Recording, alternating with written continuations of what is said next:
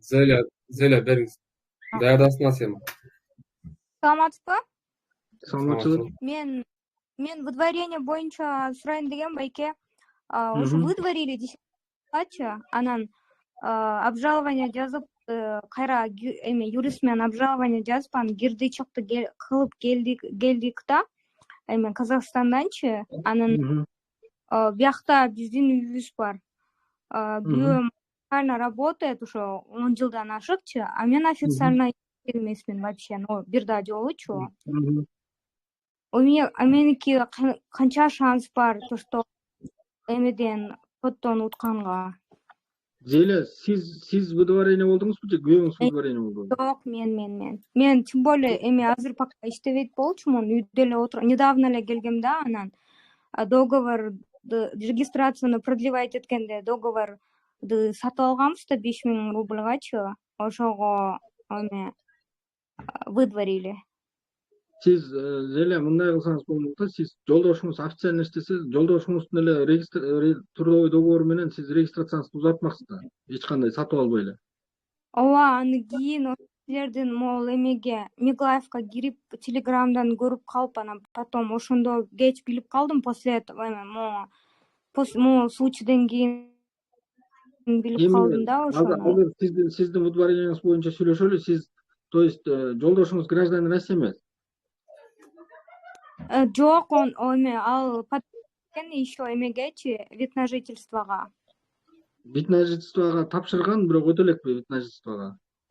Не, ошо после этого мон случайдан кийин эме подавать этти да, потому что юрист айтты да, силердики неме шансы көп эме утканга дегендейчи, еще подавать эткен болчу да.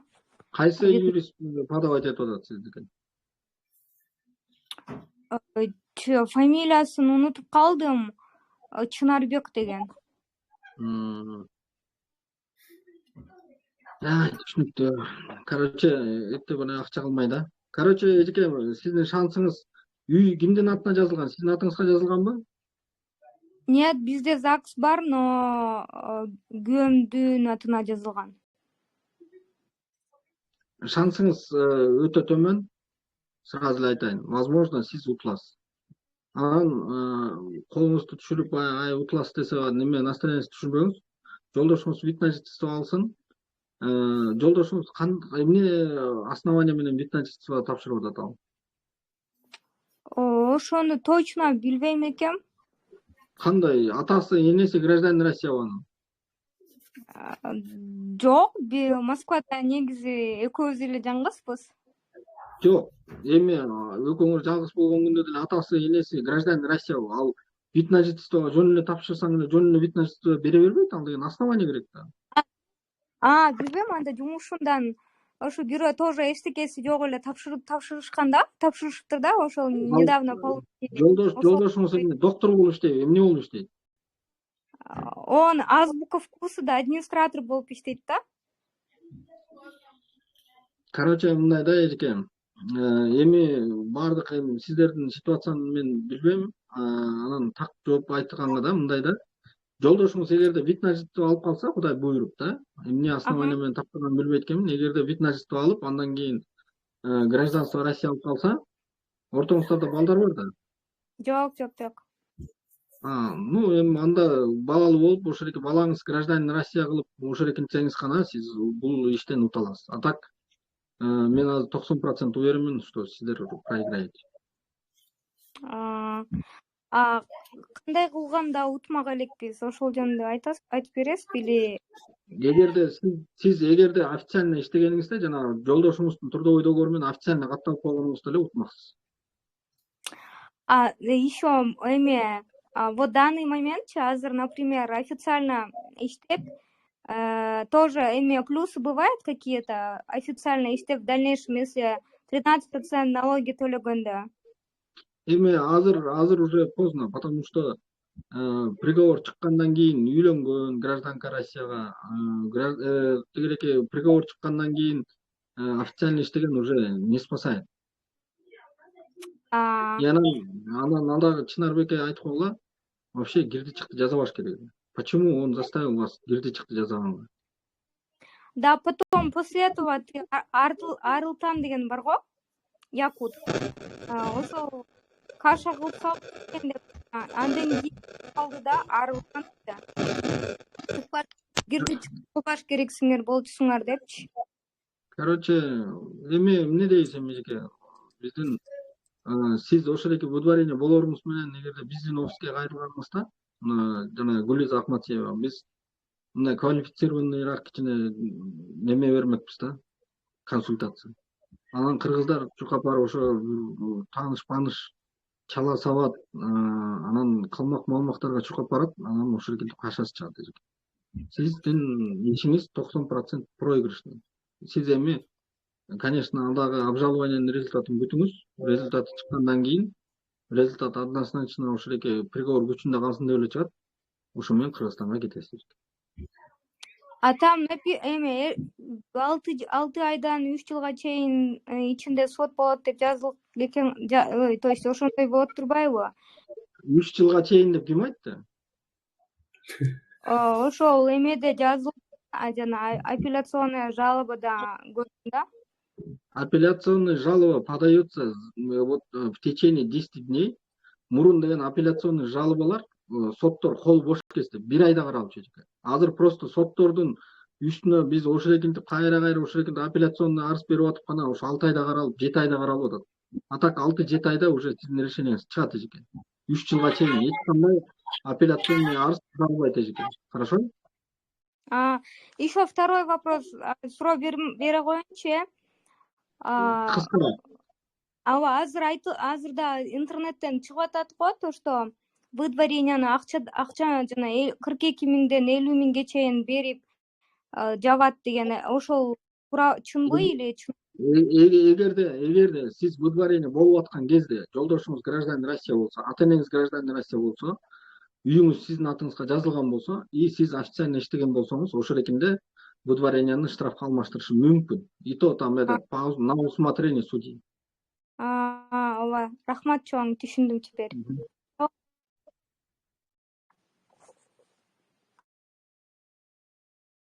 Куат кийинки суроону берсин. Жок. Алло. Ким бар? Айта бериң. Ассаламу алейкум. Алейкум ассалам. Мен гражданин РФ, аялым Кыргызстан. Биз азыр Москва облусунан квартира снимать этип жашап атабыз. Анан азыркы учурда граждан кыргызстандарды квартиралардан текшерип атканда силер по месту жительства прописка боюнча жашабай атасыңар деп штраф салып коюп атат го. Ошо азыр келип калса, мен дагы мисалы, мен пропискам Магнитогорский, Челябинск область.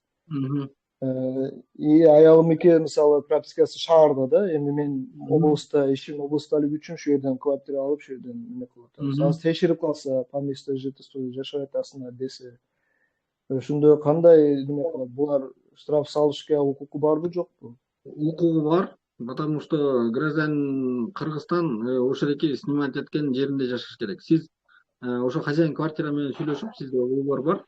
Сиз ошол жерге регистрацияга коюшуңуз керек. Аялыңыз вообще желательно официально иштеш керек. Гражданско правовой договор кылышыңар керек, эгерде официально иштемесе.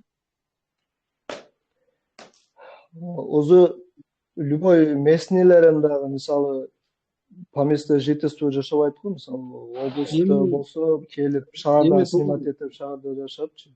Тууганым, эми мындай да, азыр көпчүлүк эле хозяин квартиралар уже миграционный законодательствону деле түшүнүп калышты. Көпчүлүк эле мына кезинде суроо бергендердин көпчүлүгү ошо өзлөрүнүн снимать эткен квартирасында регистрация туруп атышат. И эгерде сиздин хозяиниңиз ошол жерге кандайдыр бир регистрация кылгандан баш тарта турган болсо, сиз гражданин Россия экенсиз.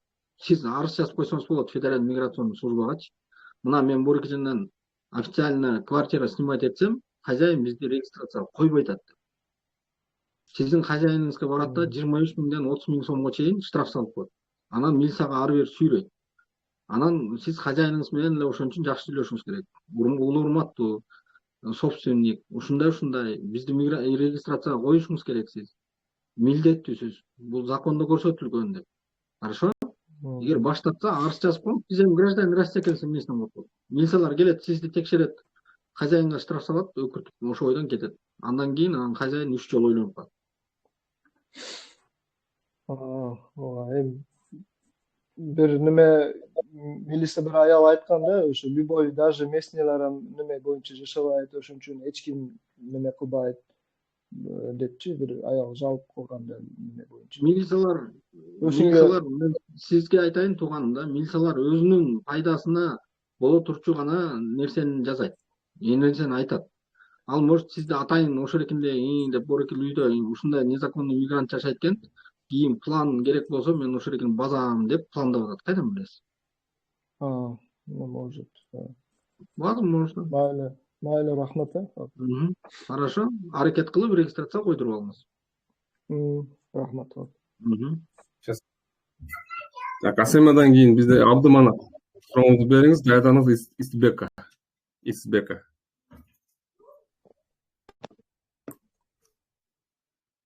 Кто там? Абдыманап, есть вопрос у вас? Суроо барбы?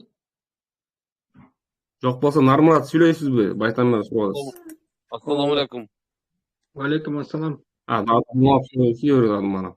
Мен Абдыманап. Ассаламу алейкум жигиттер.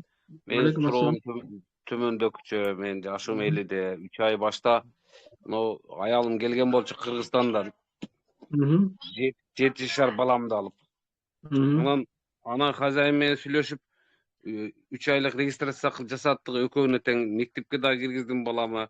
Бар жок официально болуп аткан, анан мына генебестик кылып жүрө бериппиз. Bir gün калганда деле регистрацияны продление кылып койсок болот деп. Продление кыла албагайдык. Во-вторых, аялымдын официальный немеси жок болчу, трудовой договору. Анан кечегинде границадан чыгып келди да, кайрадан заявление подавать эттик, хозяинга сүйлөшүп. Дагы 3 айлык кылып туруп, анан кийин трудовой договорду алып узартабыз деп. Бул менин суроом төмөндөгүчө болуп атат. Мына кичинекей балам границадан чыккан жок. Ушуну кантип узартып койсок болот эми? Бирок документтерин бердим хозяинга баарына. Эми сиз официально иштейсизби? Өзүм иштейм, ошону билбей калыпмын да. Меники бардык 100% документтерим даяр официальный. Анда эми мына сиз аялыңызды регистрацияга койгондо эле, азыр 3 айлык кылбай эле өзүңүздүн трудовой договорду көтөрүп барып эле, ошо үчөөңүздөрдүкүн хозяин менен сүйлөшүп туруп сразу 1 жылга коюп койсоңуз болот аялыңызды.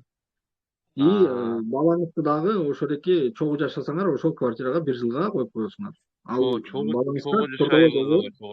Кандай? На основании трудового договора сразу.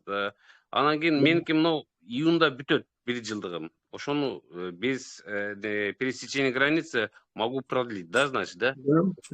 Да. Сиз лучше неме кылсаңыз болмок. Июнда бүтө турган болсо, сиз азыр трудовой договорду жаңыртып эле, давайте жаңы. Жаңыңыз июнда түгөнөт деп атпайсызбы сиз? Жок, ол регистрациям түгөнүп калат. Бул трудовойм жаңы да. Жаңы эгерде трудовой договоруңуз болсо, анда аялыңызды өзүңүздү дагы перерегистрация кылып салсаңыз болот 1 жылга. Хозяинга звонок кылып или чакырып туруп кайрадан заявлениени оңдоп жөнөтүп, менин трудовой договор мен на основании этого деп подавай деп айтышым болот экен, значит, да? Ал эми госуслугиден өтпөйт экен, алар вообще желательно силер миграционный службага барышыңар керек да, потому что аялыңыздын, балаңыздын метиркасын, анан аялыңызды экөөңөрдүн нике күбөлүңөрдү көргөзүшүңөр керек дегенде. Все түшүнүктүү. Ошо мына МФЦда болбой калабы, ошондо миграционный центрге барышыбыз керек болуп калат. МФЦда болбой калат.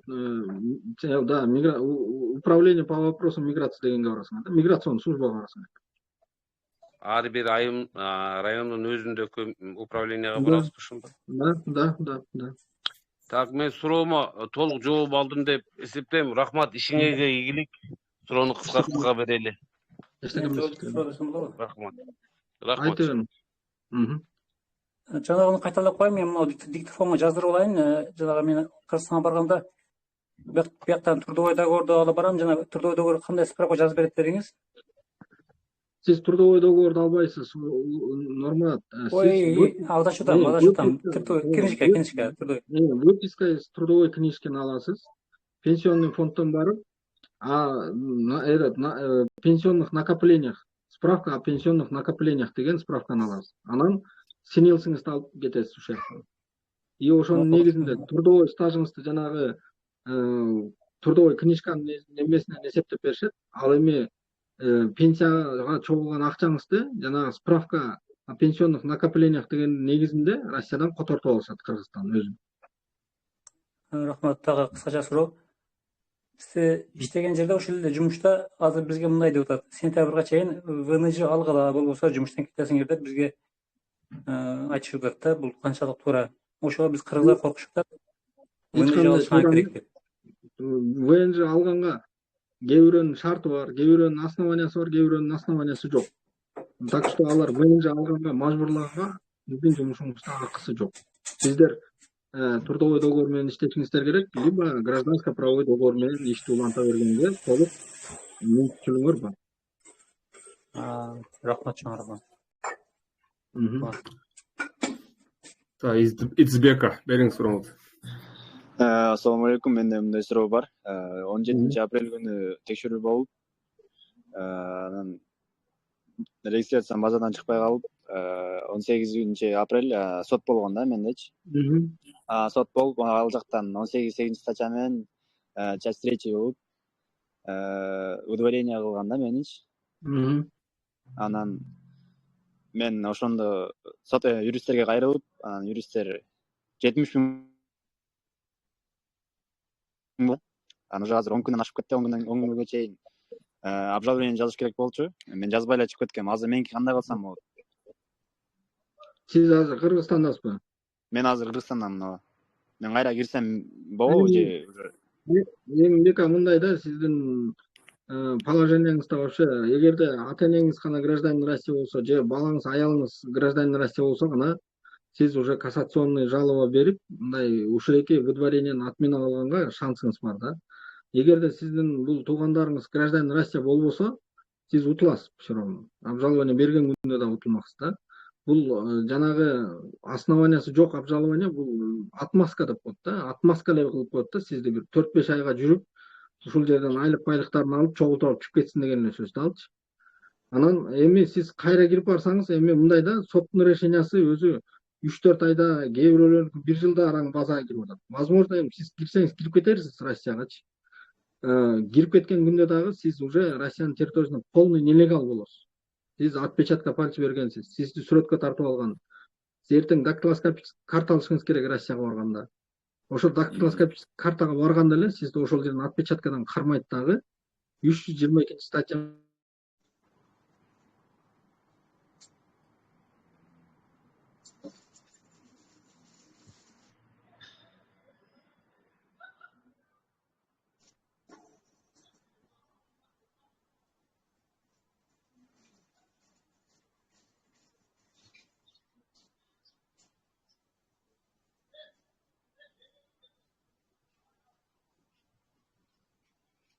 Кечиресиңер.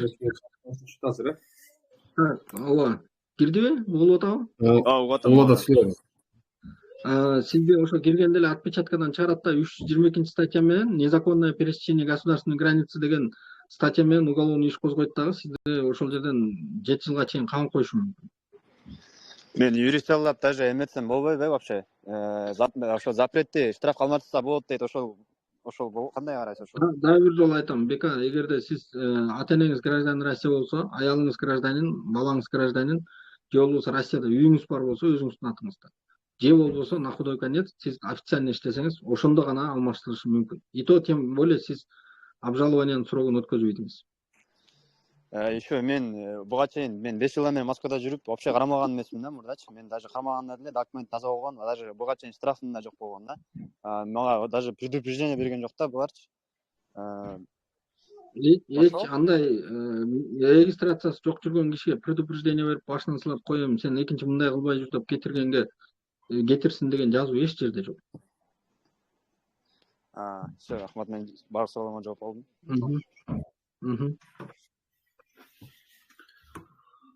Избек Умар, бериңиз. Суроо бар, Умар, бериңиз. Саламатсыздарбы, менин суроом бар эле. Биздин сотубуз менин сотум 14-немеде болгон, апрелдечи, удвоение боюнча. алганмын, полный заявление жазганбыз. Анан кийин заявление жазгандан кийин отмена болуп калды да, удварение күчүндө эле калып кетти. Официально иштейт элем, документтерим полный бар. Анан юрист менен байланышып, полный неме кылып, документтер чогултуп, обжалование жазып, регистрацияны полный жаңы кылып, не кылганбыз. 8 ай дегенде сотум болду. 14 апрель күнү болду. Сот күчүндө калып кетти да. Азыр данный момент мен айтып атат юрист 3 айдан кийин жазсаң болот обжалование депчи. Ошондой кылсам болобу или кандай болот? Кайсы юрист айтып атат сизге? Гүлдүн Ахматжаева деген.